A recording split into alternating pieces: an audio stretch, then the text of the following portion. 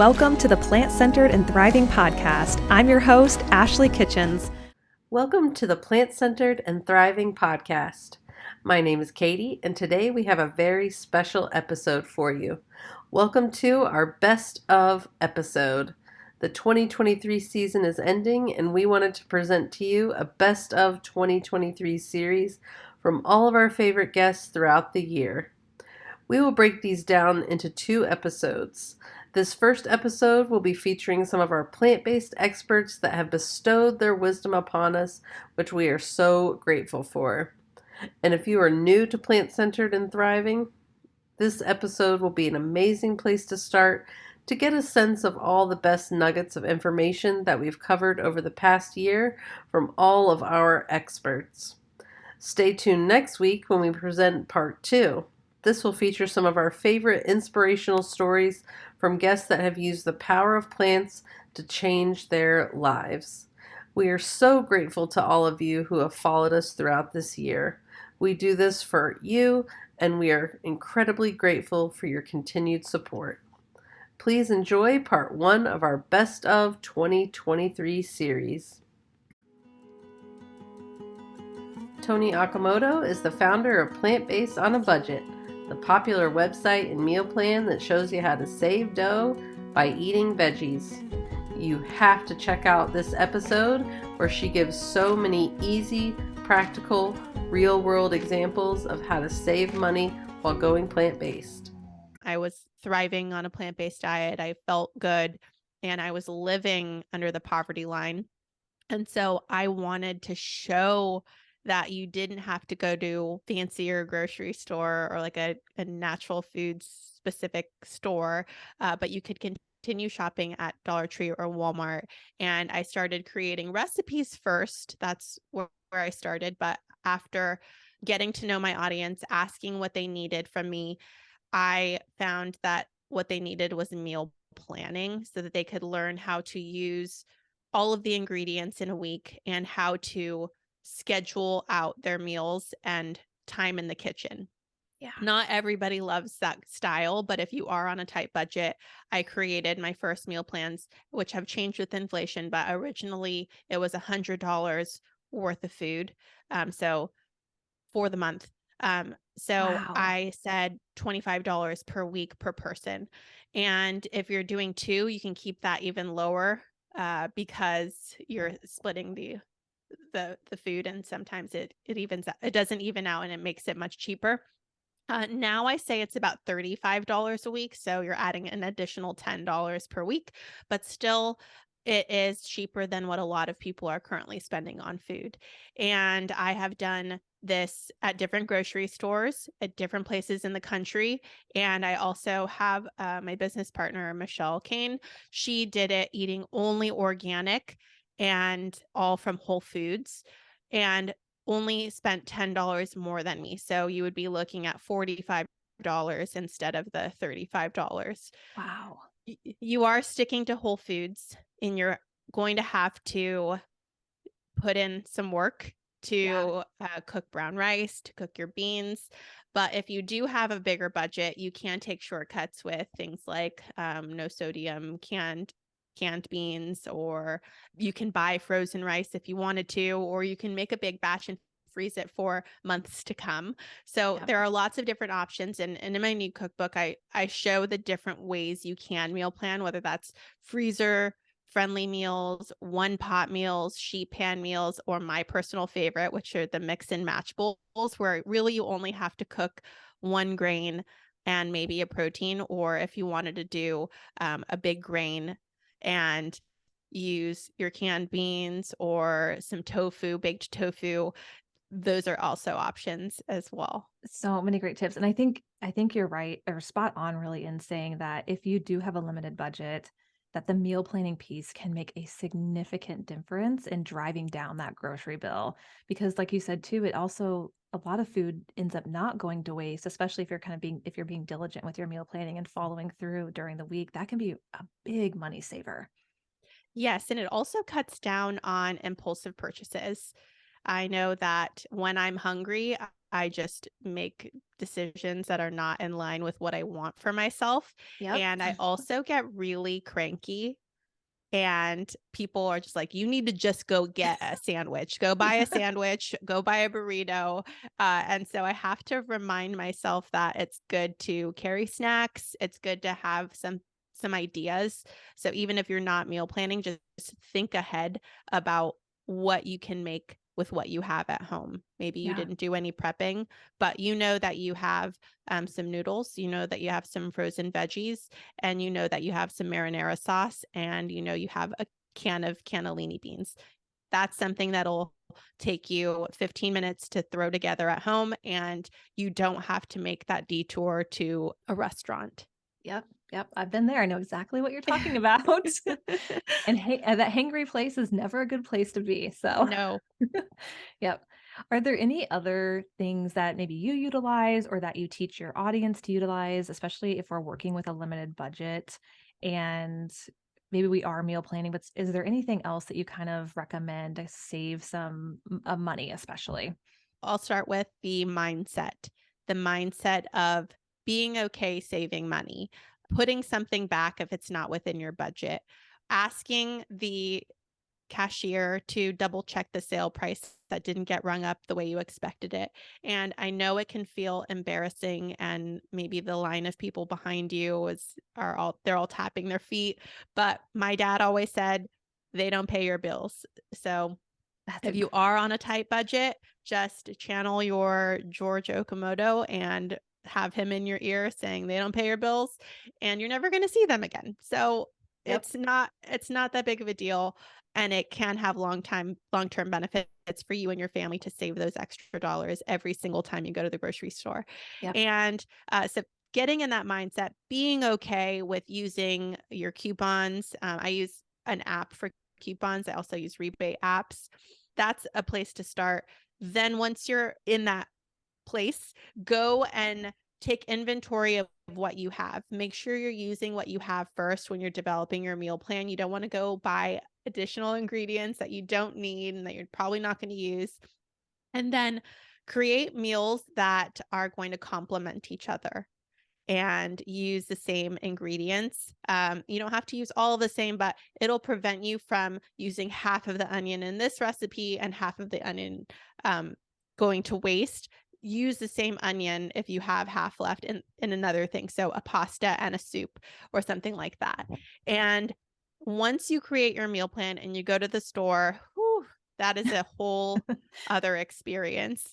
And Yes. and you are going to want to stay the course. There's going to be a lot of distractions when you get there, and beautiful, bright colors. And the marketing is designed to get you to spend more than you need to. Hmm. Once you get there, stay the course, pay attention to your list, try not to be distracted. Understand that a lot of what is marketed as a sale is paid placement, and Oh. they're wanting you to buy that. Go to the aisle of the thing that you need and check for the cheapest price. Look for price per ounce and pay attention. You'll see that what you think is the cheapest might not be the cheapest. So a jar that's really small could be um, the cheapest thing, but if you look at the price per ounce, it might not come out to the cheapest price. Yeah. So at the grocery store, pay attention. And even when you're being rung up, I know that I've put down the wrong number for my bulk items, and I'll be rung up for something that's more expensive. Oh, So yes. things like that, you can catch them before you leave the store. We were thrilled to welcome Dr. Melanie Joy, a Harvard-educated psychologist, celebrated speaker, and the author of 7 books, including the best-selling Why We Love Dogs, Eat Pigs, and Wear Cows. This amazing episode is full of so much information. We discuss carnism, the invisible belief system that conditions people to eat animals and creates this certain psychology called carnistic mentality. We discuss this and so much more. Enjoy. The emotions of grief and anger and sadness and whatever else these emotions that many vegans carry around, these are actually healthy, legitimate, normal emotional responses to the global atrocity that is carnism.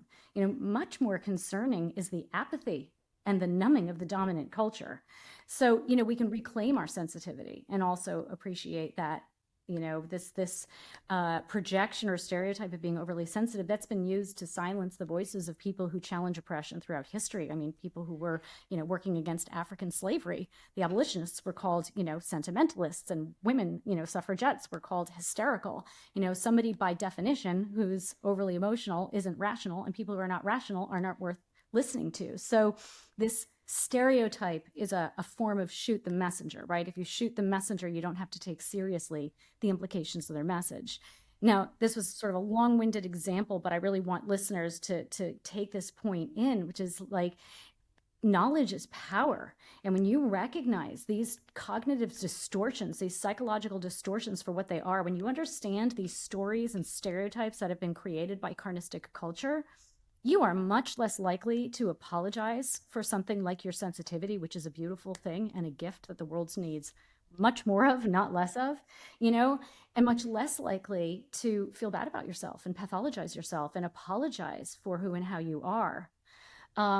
So really getting informed about carnism. And I would say the other thing that can go a very long way for new vegans, and all vegans, all people, is learn build what I call relational literacy, which is the understanding of and ability to practice healthy ways of relating. And we can talk about this and unpack it a little bit more later if you want to. But when you build relational literacy, a big part of that is learning effective communication. Communication is the primary way we relate. You kind of develop this superpower where everything in your life gets a lot easier. A lot easier. Most of us, have to learn complicated geometry that we'll probably never need to use.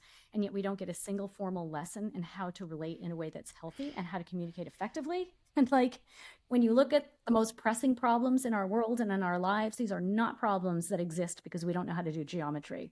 So, most of us never get a formal lesson in how to relate in a way that's healthy. And just building your relational literacy, even if you just build it by, 10% of what it is now, can be completely game changing for you and help you navigate relationships and communications with everybody, not just people who don't share your philosophy or ideology. On the heels of writing and directing the 2015 documentary film Plant Pure Nation, we welcome Nelson Campbell, who founded Plant Pure Communities in early 2016. Released in theaters in over 100 cities, the Plant Pure Nation film highlights the dramatic healing power of a plant-based diet and also examines the political and economic factors that have suppressed information about these healing benefits. Check out this next clip where Nelson explains what inspired this grassroots movement that is now involving over 200,000 people, called Plant Pure Pods.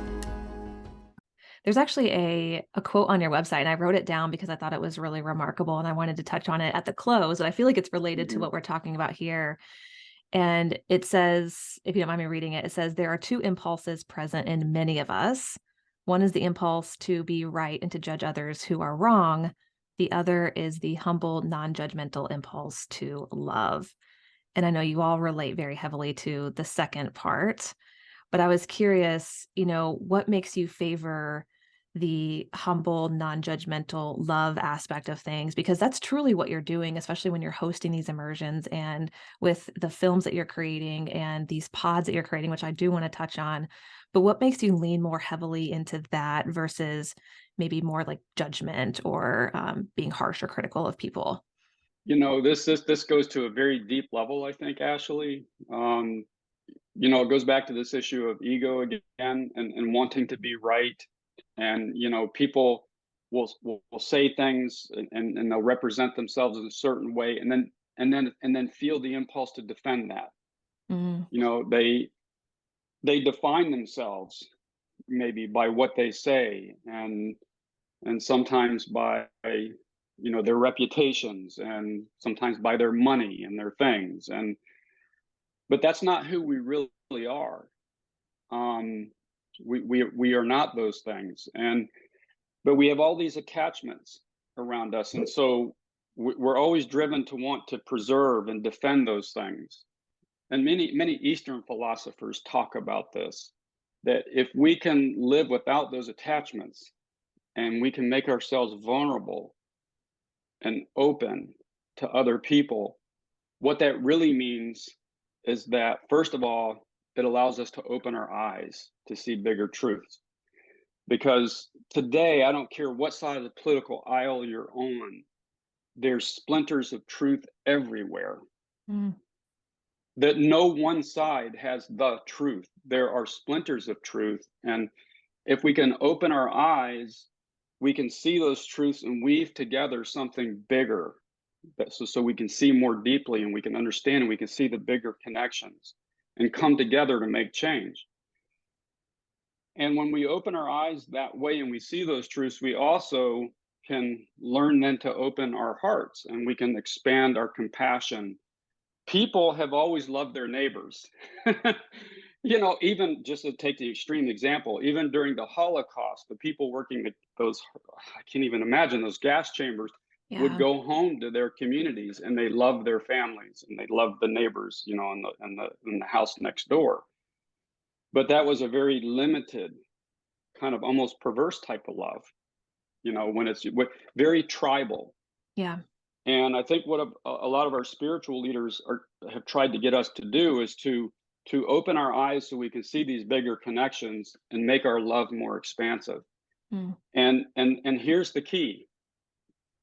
At the end of the day, if we do that, we feel greater freedom and satisfaction and fulfillment in our lives. When we live that way, it's actually better for us. Oh, And yeah. that's this for each of us individually.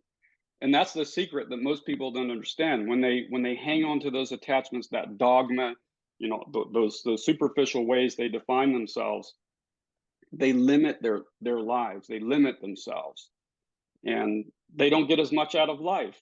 Yeah. Yeah. Was this part of the driving factor for starting the pods in a way where people can actually come together, even if it's just like a tiny bit of a driving factor, where people are coming together, not just online, but actually together face to face in a community that they can be vulnerable and share and connect with people on a deeper level? Exactly, Ashley, because when we are living in community, we do tend to become more vulnerable and open to one another. Yeah. That's the power of connection. Caitlin is the Director of Strategic Partnerships and Public Affairs at Clever Carnivore, Chicago's first cultivated meat company. A 30-year vegetarian and 10-year vegan, Caitlin is a proponent of alternative proteins as a scalable solution to many of the negative externalities of conventional meat. Check out this next clip where she and Ashley discuss what cultivated meat is and how it's made. Yeah, cultivated meat certainly I think is the most accurate. Some people say things like cell-based meat or cell-cultured meat, and I think that actually doesn't provide any additional clarification because conventional meat is made of cells, we're made of cells, plant-based meat is made Good of point. cells. So saying cell-based is kind of just saying it doesn't really provide clarification about what it is. So, and then some people are saying cultured meat, which I think there could be some confusion there because aquaculture is a type of fish farming. So we just think, and I think there was like a consumer study that showed that with education that cultivated meat is the most palatable and also the most accurate description of what we're actually doing. So we say cultivated meat. So cultivated meat is actual meat that is grown outside the animal. So basically it's made by producing initially a very small non-invasive skin sample from an animal. And then that sample is grown in bioreactors and fed something that's called a cell culture media, which is basically just a nutrient-rich liquid, contains things like all the things your cells need to grow. So vitamins, minerals, amino acids, water, salt. In my opinion, I always call it like the cell's Gatorade because, and I think technically I think some of the scientists here have actually tried the media. So it's totally all stuff that's needed in your body to grow. And so we take that sample and put it in the media. So we're basically feeding the media to the cells and that produces real animal muscle. This is a very simplified version, by the way, but basically it's doing something that we've actually been doing in human therapeutics for a long time. And just applying it to growing meat. And actually it's really interesting because you're able to grow muscle, but you can also change the media and you're able to grow fat. So of course, meat is made up of actual animal meat and also fat. So we're able to do all of this. So what I like to say is that we're recreating the conditions inside of an animal outside the animal. So it's just producing meat in a different way. And so like the cell media is the same temperature as the animal's body. It really is saying like what happens inside an animal, in our case, a pig, and let's do it outside the animal. Wow. I mean, it's just so wild that we are able to do this. I mean, what brilliant people are behind this kind of stuff. I mean, it's just so innovative. And the fact that you mentioned it's non-invasive, so it sounds like no harm is done to the animals. Like, what does that even look like? Are they taking like tweezers and like picking out something? How does that work? Yeah, that's right. And this is really important to me as a person who is vegan for a lot of reasons, but primarily for the animals. Basically, there's just like a small incision that's made and a little bit of the skin is taken, but that can be numbed and then it's kind of sewed back up. So it's, in my opinion, the least harm possible to an animal, and hopefully it's not hurting them. And also compared to the way that we factory farm 9 billion animals a year, I think that taking a really small incision is, and especially because in the case of most cultivated meat companies, that small sample can provide an infinite amount of meat because of the nature of how cells replicate. So for us, for example, we have cells from a pig and we will never have to go back to that animal to get additional samples, and we will be able to make meat basically ad infinitum, so forever. Wow. I think that also kind of speaks to how efficient cultivated meat is, rather than, having to grow crops to feed animals, to, feed them water, to have them on transportation trucks and go to slaughter. We are making meat right here in this very innocuous looking office building. So the supply chain's a lot shorter and it's far fewer resources, much better for the environment. And I know that some cultivated meat companies actually have, like I saw that one of them, he's making cultivated lamb. I was looking at the employees there and they have Lucy the lamb as one of they were like, Lucy provided our initial cells and now she's living freely and, roaming the prairie. Yeah. So it's really cool. And I think for me, like, knowing that we are able to make meat real animal meat without harming animals is really just such an innovative and amazing thing. Yeah. And I definitely want to go back to that environmental impacts. I think it's really important to talk about just all the areas that this can potentially impact for the greater good. Mm-hmm. But you had mentioned something about kind of adjusting. You mentioned like kind of the fat, like you can grow fat and muscle. Does that mean that we can kind of adjust the fat content of some of the meat that we are growing so that maybe like quote healthier, or it's less saturated fat laden? Like, what does that look like? That's exactly right, Ashley. Yeah, great question. So basically what we're making is identical to conventional meat. However, we do have the room to kind of tailor. So for example, in terms of like the health benefits of this product, it is conventional meat, but we don't have to include cholesterol. So it could be a cholesterol-free animal meat product. As you mentioned too, yes, we are able to adjust the meat to fat ratio. So if you wanted to make a low fat product or even a higher fat product for people, for example, I know keto, I do not endorse keto by the way, but for people interested in like a higher protein keto diet or something, that we could, make a higher fat content. And also worth noting in terms of health that our product is 100% free of antibiotics, whereas conventional meat, I learned this stat recently, it's absolutely staggering to me, that over 70% of antibiotics globally are fed to farmed animals to keep them, even healthy ones, just to keep them well, because of the nature of, they're crammed into these small, it's 20,000 chickens in a shed. Of course, that's going to breed disease. So they're just preemptively fed antibiotics, which of course has massive human health implications in terms of antibiotic resistance. Not a very fun topic, but I think important to note that our product doesn't have antibiotics and it's produced in a very clean environment. Wow. So there really is no need for, because I grew up on an Angus cattle farm. So antibiotics, obviously, yes, were necessary. And then so were like steroids and different things to like make the animals grow faster. So there probably isn't a need for that either. Yep. No steroids. Yep. And our product also, we are able to say that it's not genetically modified, so non-GMO. And I will say that I think that there is, like, I'm pro-GMO, like as in, I think there's a lot of anti-science fear mongering around GMOs, but for people who are concerned about that, it is a non-GMO product. So it's, non-GMO, antibiotic-free, steroid-free. Hannah Van Ark is a registered dietitian dedicated to helping people thrive by eating more plants. Her work in longevity and heart health nutrition research started in 2012, and it inspired her to adopt a plant-forward lifestyle, which transformed her own health and grew into a passion for helping others do the same. Check out the following clip where she and Ashley discuss the importance of fiber. Okay, so I definitely want to touch on fiber, Hannah. Oh, yes. Because we know that fiber is associated because a predominantly plant-based diet is obviously rich in fiber. That obviously plays a role in health and longevity. So I'm curious if we can just kind of touch on what fiber is and where we get it, which we kind of just hinted at, but kind of what fiber is in a plant-based diet. For sure. And I feel like you and I have connected online a lot about like our love of fiber and our belief that fiber is underrated as opposed to like protein being pushed a ton and like all of this stuff.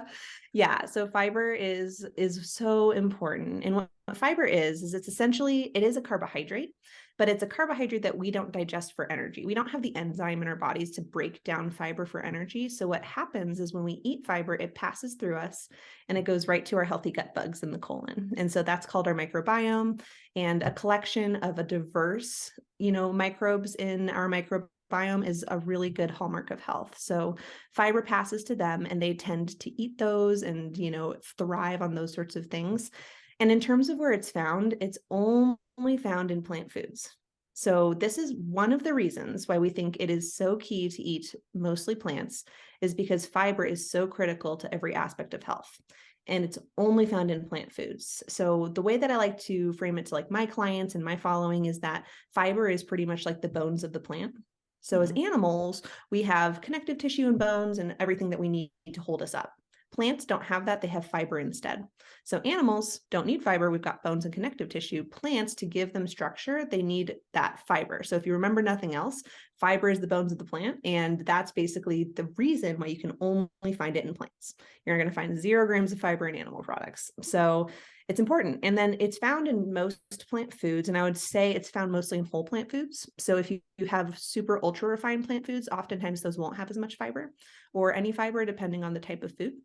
But if you have whole plant foods, which are fruits, vegetables, whole grains, beans, nuts, and seeds, those 5 categories primarily, then you're going to get some fiber from those. And in particular, I think that we don't know about this enough, but really it's whole grains, beans, and fruits that have the most fiber. And vegetables have some fiber, and they're important for a lot of reasons, but not nearly as much fiber as the starchier types of plant foods. And so it's really important to, when I see people on a keto diet or like a low carb diet who are saying that they get a ton of fiber on their diet, they probably don't get as much fiber because they're eating only non-starchy vegetables, which do have fiber, in particular scratchy fiber called insoluble fiber, but they're missing out on the kind of squishy fiber, the soluble fiber that's found on the interior of beans and grains and fruits. And that's the gut bug's favorite food. That's what they truly thrive on. And so I would say that most low carb diets are fiber deficient, even though they may be eating a lot of non-starchy vegetables, if that makes sense. Yeah, it definitely does. And I think that just reiterates the importance of fiber and how we emphasize protein so much. When we think of protein, we think of meat or animal products. And so then our emphasis is on that, or our focus is there. And it kind of puts this like shadow over fiber, which is very, very important. Like you said, at the very least, for those little guys in our colon that want to, feed off of them. Yeah. And I would say that like the importance of fiber in terms of longevity in particular is its interaction with chronic disease, because what we know is that our gut health and our gut microbiome, it's this wild world that influences absolutely everything. And more is coming out about it every single year. And back when I was in research, we had a laboratory next door to mine that was focused in microbiome research. And we did like some collaborations and stuff like that. And just the stuff that there is no chronic disease that is not tied to dysbiosis, which means poor gut health. So all chronic diseases that we have identified are tied in some way to poor gut health.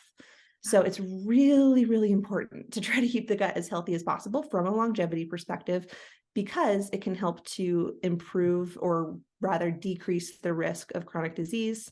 It can help to decrease the risk in particular of certain cancers. I mean, when we talk about colon cancers, colorectal cancers, diverticulitis, sort of polyps that can become cancerous within the colon, when we have fiber sweeping through like a broom, it becomes really a lot better and easier to manage those sorts of conditions. So all of that is super, super important. And so from a longevity perspective, fiber is critical. Corinna Bellizzi is a natural products industry executive, omega-3 expert, and pioneer who led the early growth of Nordic Naturals from less than 1 million to over 100 million in annual sales. Given her concern for the future health and wellness of people and planet, she has shifted her focus from fish-sourced omegas to algae, leading the development and launch of Orlo Nutrition, a brand that features the world's first carbon-negative omega-3s. Check out this next clip where she and Ashley discuss the importance of supplementation for your essential fatty acids. I mean, I have clients come to me that tell me, well, their doctor recommended fish oil. And when they ask, well, why fish oil? Well, it's like, you need it for the EPA and DHA. Okay, well, can I not get that from algae? It's like, oh, well, yeah, I guess you can. You can take an algae-based supplement. Well, this is the penance for the success, right? Like for a long time, when people said omega-3, they meant flax oil. Now, when they say omega-3, they generally mean fish oil. But what they really mean is EPA and DHA. These two particular fatty acids are really what the research is behind. EPA and DHA work in all the tissues in your body. They're involved in the 37 trillion cells that you have. And so if you don't consume them on a daily basis, you're making your cells from the other junk in your system. And I say junk because usually when we're not consuming enough of these, we are replacing it with garbage. And I mean, we could have a deep conversation about that. Yes, we could. We could talk about that for a long time. And I think just so the listener is aware too, our bodies cannot make some of these fatty acids. Is that correct? And Well, that's they why can't we make need omega-3s or omega-6s. But the problem isn't omega-6s. This is why these two particular fats are called essential fatty acids, because they're like vitamins. We need vitamins because we can't produce them in their body. We need to consume vitamin C or we can end up with scurvy. We need to consume vitamin D or we end up with rickets. We need to consume omega-3, EPA, and DHA because if we don't, the synapses in our brain won't fire as well. And that also impacts our nervous system and our digestive system. Our cardiovascular health will decline. We'll be more likely to adhere plaque to our arteries. I mean, there's science to this. It's almost like EPA casts a slippery net over our entire cardiovascular system so things don't clog up as easily. Think of it like a lubricant if you want to, it is. It's like a non-sticky lubricant. If you, however, are consuming plenty of omega-6, which most people are, omega-6s are coming from the seed oils in our diet that could be, and these, again, essential fatty acids, but we consume so much of them that we fall out of balance, and we need to have a closer balance to 1-to-1 of omega-3s to omega-6s. The only way to achieve that in a modern diet, the only way to achieve that is to stop consuming fried foods, stop consuming processed foods, and start consuming more omega-3 plant source foods as well as supplement, because the cards are stacked against us. We've literally removed the present omega-3s from our seed oils because it improves their shelf stability. So canola oil would even have some omega-3 in it, but we don't want to have it in there because it makes the product have a quicker expiry, so it won't last at the shelf. So we're going to go ahead and refine it out. Oh, let's do the same thing with our corn oil. We'll do the same thing with all of these different plant sources that would have a closer balance of 1-to-1.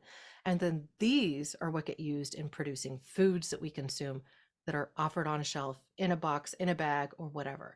So I mean, there's a reason that all these nutritionists, all dietitians say whole foods, plant-based, walk away from the box, make your own food from scratch, consume fish. They'll say consume fish even to vegetarians. They'll say, well, you should consider being a pegan. Like this is, this is Dr. Mark Hyman's new word in his new book, right? Be a pegan, eat fish and vegetables, because it's hard to get that balance without supplementation.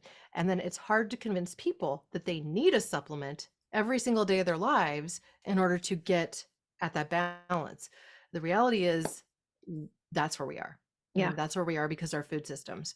So where you might need to consume a vitamin D every day, and not talking a lot, maybe 1,000 IU, and you might need to consume an omega-3 every day, not talking a lot, maybe 250 to 350 milligrams of EPA and DHA every day. Just do it. Okay, you get that with Orlo, that's in the polar lipid form, and it's going to be absorbed into your tissues. You won't have a burp. I mean, all of these good things. And then you might want to also consider where else you have insufficiencies in your diet. Like, be real, be honest with yourself. Sun Sachs is the co-founder of Rewire Fitness, a 20-year veteran in software development and a lifelong endurance athlete for the past 35 plus years in competitive cycling, triathlon, and adventure races. Enjoy this fascinating episode where Sun discusses the importance of mindset as an athlete. So what the science has shown is, like, when you're under a greater amount of cognitive fatigue, your perception of effort feels much harder, and then that limits your physical performance. So a little experiment, like a little thought experiment, if we all think about this. If you've ever had a day where you work really hard or you have a lot of stress and you're supposed to work out in the evening, one, it's going to be very hard to motivate to get out there, go to the gym, go for the run, whatever it is. But two, it'll actually feel more difficult. And that's because your brain is under cognitive strain and it's actually misperceiving or amplifying the physical effort. Because of course the two are interrelated. It does take, cognitive focus to go through a workout. And if your brain is fatigued, it's going to basically send signals that your body is having a harder time, and thus you're not going to achieve your goal, or it's just going to feel very difficult. I feel like the traditional sense would be like, well, go to the gym anyway, push hard, push through it. Why is that maybe not so helpful in building mental resilience? Or why is that maybe the traditional way that we approached it a bit flawed, in your opinion, or from what you've seen based on your expertise? Yeah.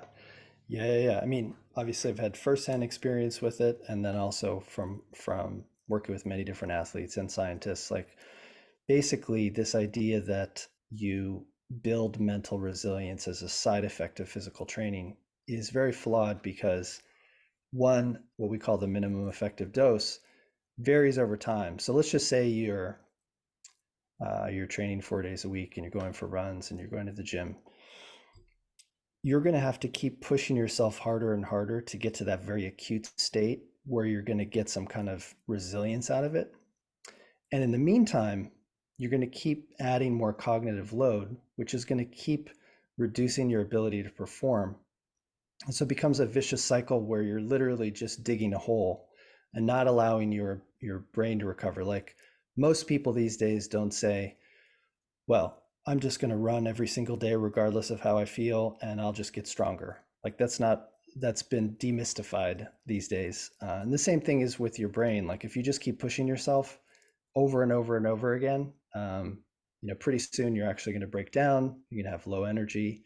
It's going to be hard to motivate, and your physical performance is going to go down. So there's a better way. There's a more targeted way to really just focus on that mental resilience the same way you would with physical training.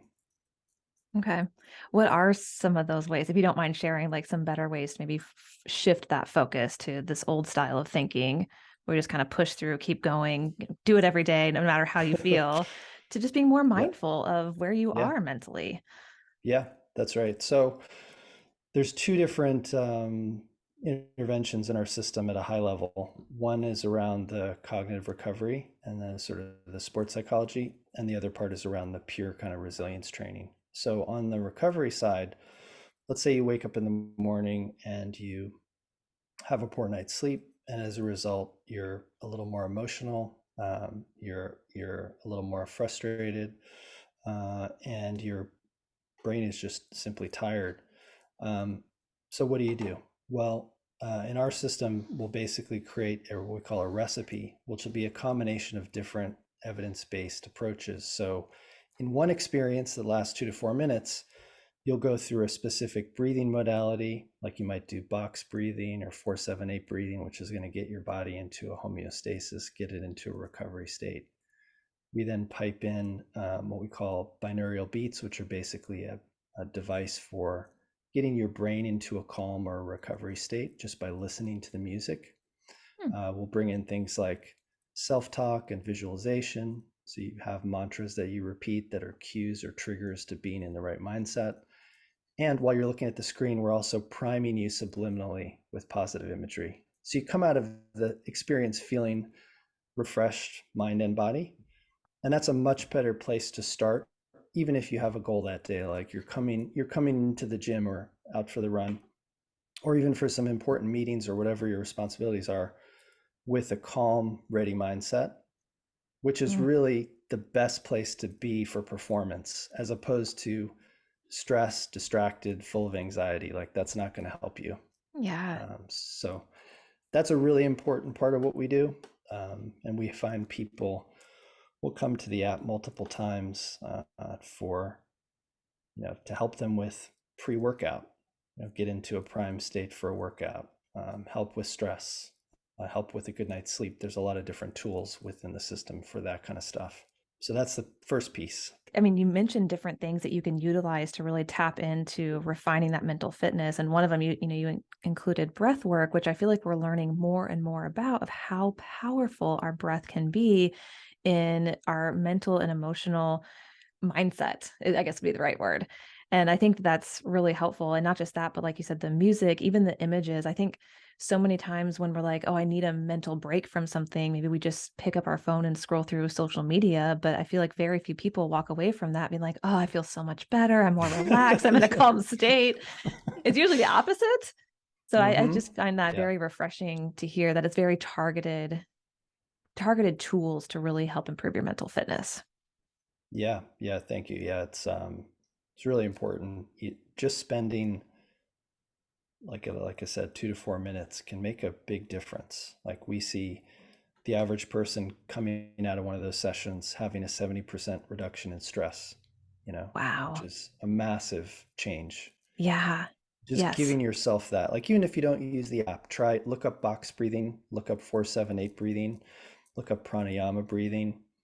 You do that for 5 minutes, you're going to feel materially better. Wow. Now, of course, when we layer on more protocols, it amplifies the effects, but just doing that, just giving yourself a little bit of time each day, you hit the reset button. As a fourth-generation physician, Bill Rawls, MD, has dedicated his life to medicine. But when faced with a personal health crisis in his late 40s with Lyme disease, everything changed. In his quest to regain his health, Dr. Rawls was confronted with the limitations of conventional medicine and knew he had to find his own path to restore wellness. For the past 15 years, he has extensively studied the science behind herbal therapies and new sustainable approaches for protecting health.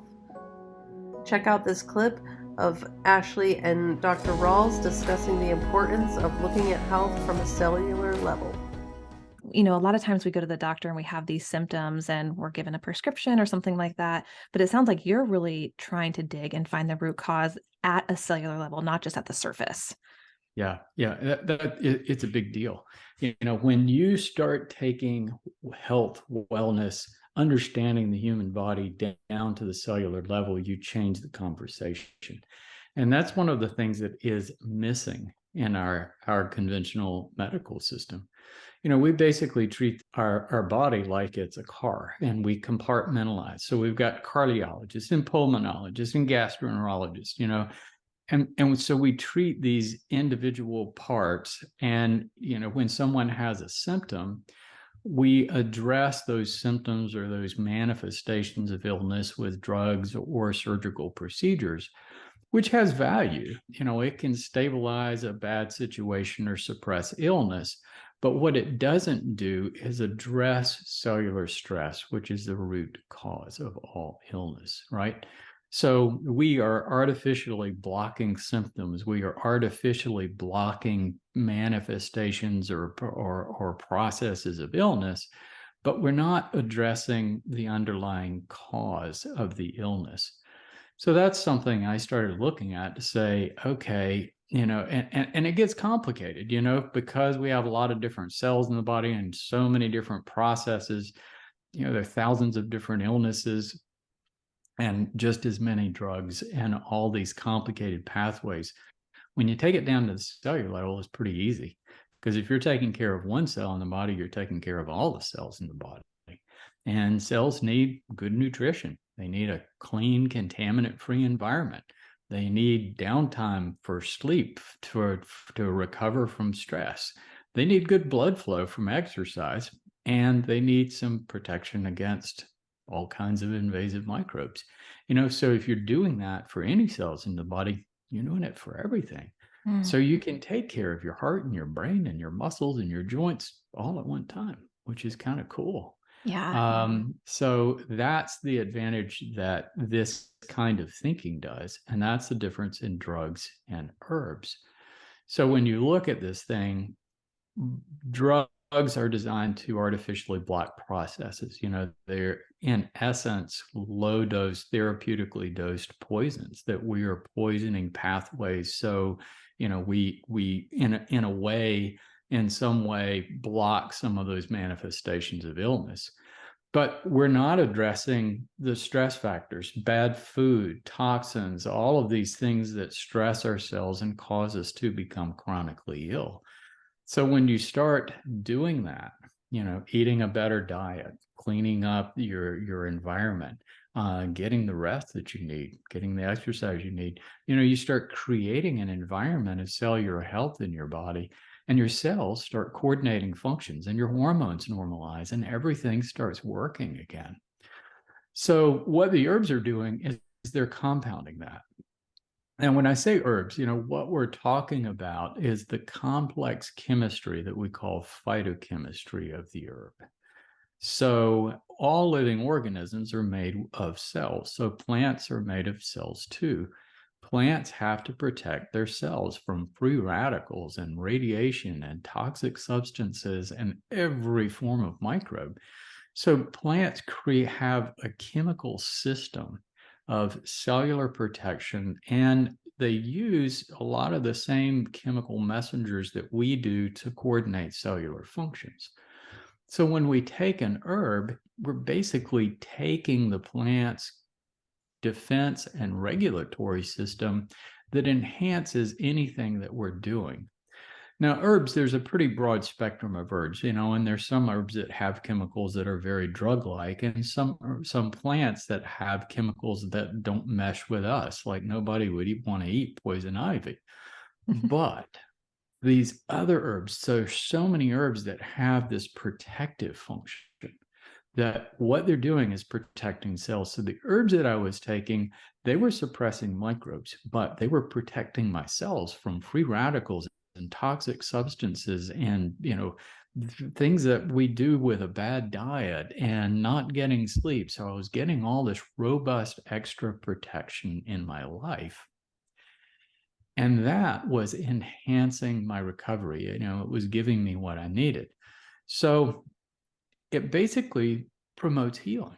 And that's what's missing with our drugs. When I was a physician, I knew that no matter how good my drug choices were or how good my surgical skills were, if the patient had lost the ability to heal, then things weren't going to go well.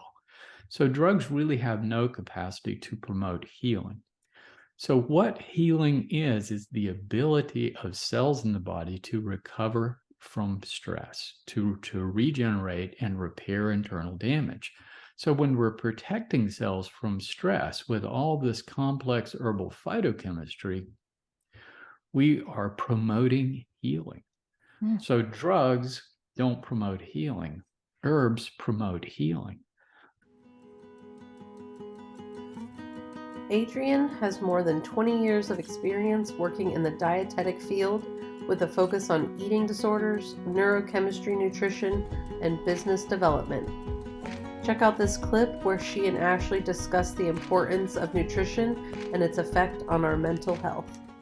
We're so focused on maybe like our outward appearance or a number on the scale or a pant size that we kind of lose sight of all these other things that really we need to nourish, like our mental and emotional health, like our physical health.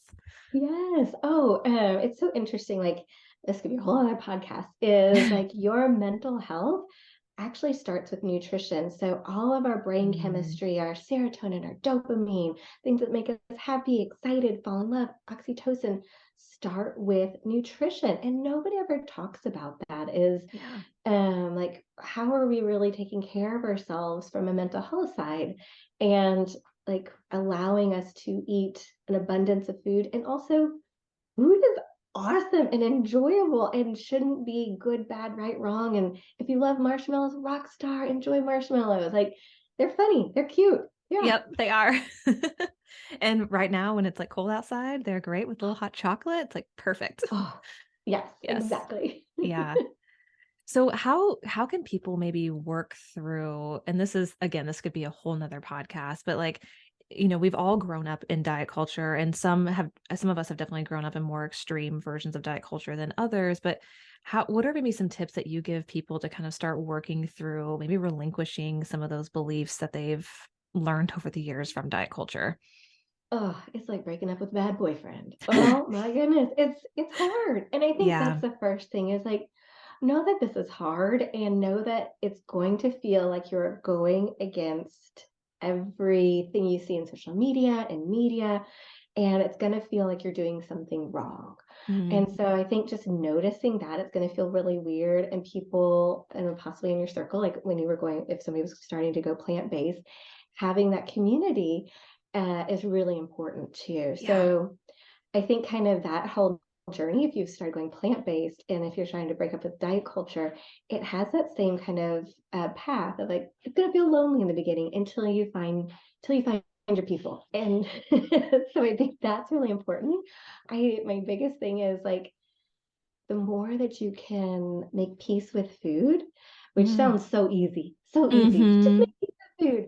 That is a process, and I strongly encourage you to reach out for help and support, finding a weight inclusive dietitian, finding a mental health provider, cleaning up your social media, all of those things. Dr. Joel Kahn of Detroit, Michigan is a practicing cardiologist, a clinical professor of medicine at Wayne State University School of Medicine, and is known as America's Healthy Heart Doc. Check out this next clip as Ashley and Dr. Kahn discuss the importance of heart health and how a plant-based diet can help with that. What is like one of the most common pieces of advice that you give your patients? Well, as I say, I want them to become students, and there's nothing better than understanding. I mean, there's such a lack of information about whole food plant-based diets and how huge the science is compared to the other popular diets, the ketogenic diet, low carb diets, the carnivore diets, the paleo diets. Certainly in my specialty of heart disease, it's 99-1 for scientific data suggesting every time you make a bowl of slow cooked oatmeal with some ground flaxseed and walnuts and blueberries on it instead of Speedway egg wraps or eggs and bacon, every time you have a gigantic salad for lunch with some white wine vinegar and maybe a little extra virgin olive oil with every vegetable, nut and seed on it, instead of driving through Chick-fil-A and getting a burger. And it's a little more work. And every time you experiment with a dinner, a nice lentil stew or a nice bean soup with a whole grain bread and maybe a big salad again, or broccoli or cauliflower. Every time you make these changes, you're feeding your body insanely healthy, macronutrients, carbohydrates, fats, protein, micronutrients, all the vitamins, minerals, plant-based minerals. Antioxidants in plant-based foods are 60 times higher than in animal-based foods. So protect ourselves, protect our bodies. So once they get it, it's pretty easy. And I mean, there are people that are sick, type 2 diabetics, obese, hypertension, heart disease, that probably should jump in. Just, look, I'll go 2 months and try and do Dr. Furman's program, Dr. Esselstyn's program, Dr. Ornish's program, Dr. Bernard's program, Dr. McDougall's program. These are some of the famous, programs out there that are based on books or websites. And there's other people, look at, I tell them, just conquer breakfast. Just get those egg bacon wraps out of your life. Take the time to make a overnight oats so in the morning you can just grab something and be on your way, or a quick smoothie. I mean, once you got breakfast down, let's start bringing lunch to work instead of letting some restaurant of poor quality food. dominate your health. And then, dinner's a little tougher because there could be a spouse involved and children. And, a lot of my patients do make 2 or 3 different meals a day for dinner because they're trying to eat one way for their health, and their spouse won't go along with it, or children are, the teenagers are revolting. But so dinner's a little tougher. There's even a book out there, very popular about 10 years ago, called Vegan Before 6 by Mark Bittman, a New York Times writer. It's a good book, but how he lost a ton of weight and reversed his type 2 diabetes by just eating every breakfast and lunch vegan and dealing with life at dinner time as healthy as he could. And, I don't do that. I'm, every meal is plant-based, but some people can start that way and still see health benefits. Yeah. And it sounds like once you become a student, it's almost hard to not follow through with some of those recommendations that you're talking about. And then you get it under your skin about the environmental issues and animal rights. And, you're eating a dead animal, and you're, just going to a butcher shop, or, if you can sneak your way into a slaughterhouse. I mean, that old Paul McCartney phrase, if slaughterhouses had glass walls, we all would be vegan. And I agree with that. It's the worst industry on the planet. And there are ethical farmers, and there are some nice people out there. But, we're talking Tyson and, so, the other big Cargill and the massive international conglomerates that make most of our food. It's horrendous how it's, both destroying the planet and just, your desire to have cow milk instead of soy milk is costing, thousands of gallons of water, and unbelievable cruelty to, living animals that are pretty nice beasts overall. Yeah, they really are. I agree. Dr. Khan, as a last question, I'm curious, is there one thing, a habit, lifestyle, eating habit that you would absolutely never do as a cardiologist? Well, if you had to pick one thing in the food world, you'd stay away from processed red meat. The thing that people love, bacon, pepperoni, sausage, hot dogs, a ground hamburger of poor quality. I mean, the studies are just overwhelming that for heart disease, it's basically the #1 most toxic food. For risk of colorectal cancer, probably prostate cancer, breast cancer, maybe pancreatic cancer, probably the #1 most toxic food is processed red meat. And these are huge studies all over the world, and multiple studies. I mean, the World Health Organization shocked the world in October of 2015 when they came out and said processed red meat causes colorectal cancer. Not associated, but in every study they can find with a panel of experts, a couple dozen panel of experts, and seemingly without too much, funding bias, they announced that, and it created a huge pushback. But the data has been reproduced. So, sorry, bacon lovers, you're killing yourself one crispy bite at a time. Plus, it induces type 2 diabetes. It's high in saturated fat. So, and yeah, you can live to 100 eating bacon, but if you're smart, and you want to play the odds, and you really would like to be healthy as your kids and grandkids get older, and you retire and you're not, a medical mess when you're in your 60s and 70s, I would cut that out first. Diana is a nationally recognized registered dietitian and certified diabetes care and education specialist, and holds her master's in nutrition science and policy.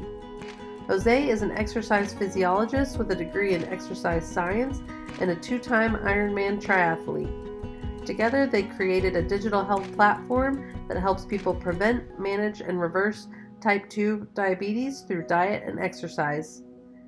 Get inspired by these success stories that they share about their clients. So I would love to talk success stories. If you have anyone kind of off the top of your head, or someone that you want to share. There was this guy that joins our program, I think last year, and he was a dairy farmer. Okay, so naturally his dietary patterns were very high on animal products, right? Meats and dairy. So this person finds our Instagram channel or our TikTok, and well, he sees that we're helping people reverse insulin resistance. So he reaches out, he joins the program, but he tells me, Jose, I don't know about this plant-based approach. I don't know if I want to follow it. Is there something else that I could do? Like, hey, look, we have a problem in our hands, right? Your A1C is above 12. You were just put on a cholesterol medication, on a blood glucose medication, on a blood pressure medication, and another one to protect your kidneys. There's a problem at hand. We have the solution. Please go through this program and let's see what happens, right? Like, just promise me that you're going to do this for the next 3 months. He was like, okay, I can do this. And his wife was there, and she's the one that promised me that he was going to do it. So that's basically how it worked. Now, fast forward a month, and he was very, very compliant. He would send us pictures every single day. A month down the line, he starts feeling better, so he goes to a different physician to get his blood work redone. The doctor was like, well, I cannot really do an A1C right now because you just got it done a month ago and it was 12.0, but your fasting blood glucose is much better. Your cholesterol problems are gone. Blood pressure is back to normal. I have to take you off all medications. So within a month, he got off all medications. Of course, he stayed compliant for the next 2 months. His A1C came down to 5.6, from 12 to 5.6 within 3 months. And that was the best thing that I have seen in my life. Yeah. And just 3 months. I mean, heck, he was seeing results after 1 month, 4 weeks. There's people that see results within a couple of days. So it's pretty wild. Wow. Yeah. And I imagine he is just, I would imagine, beyond grateful that he joined the program, like actually took the leap, because I'm sure it was a scary step. He definitely was grateful, left a 2-paragraph testimonial in our community forum. So he was very excited. Oh, that's so awesome. We love stories, so that's great. This woman came to us because her doctor would not approve her immigration visa, and because of her health, because her A1C was too high. So he wouldn't approve it. And he basically gave her 3 months to change her lifestyle, change her diet, and then he would reevaluate. So she found our program, and she came into our program with an A1C of about 7%, which is type 2 diabetes. And she did our 10-week program. So our program spans 10 weeks. And throughout that time, she lost a total of 26 pounds. And then when she went to get her A1C levels checked again, she had gone from a 7% to a 5.9%, which is a huge drop in A1C. And her fasting blood sugar went from in the 200s to 100. So she went back to her doctor and he approved her visa, and she was then allowed to leave the country and travel. So that was really touching. And, she felt like it wasn't just about the visa. Obviously, she said that, she was so sluggish, always sleepy, she would never have the energy to exercise. She would always be craving, not the healthiest foods. And then after our program, she said that, all of her cravings for highly processed foods kind of stopped. She said following more of a plant-based diet was the easiest plan she had ever followed and easiest thing to ever stick with. She had tried keto before. She had tried just being in a calorie deficit before, low carb, and nothing had worked. And it wasn't until she joined our program and did our method that she felt healthier. Her blood sugars dropped significantly and just felt like she had developed a healthy relationship with food again. Wow. Oh, that's so incredible. I mean, and such an impact with and I'll say just because I don't want to undermine it, but with her changing her diet. I mean, incredible. Yeah. And I think kind of similar to what you were saying, when you go plant-based, there can be so much abundance, and it can be incredibly liberating versus restricting, which I think sometimes it may look a little restrictive. But it sounds like even with just the 2 stories that you mentioned, I mean, this was a life-changing decision for them. Until next time, keep thriving.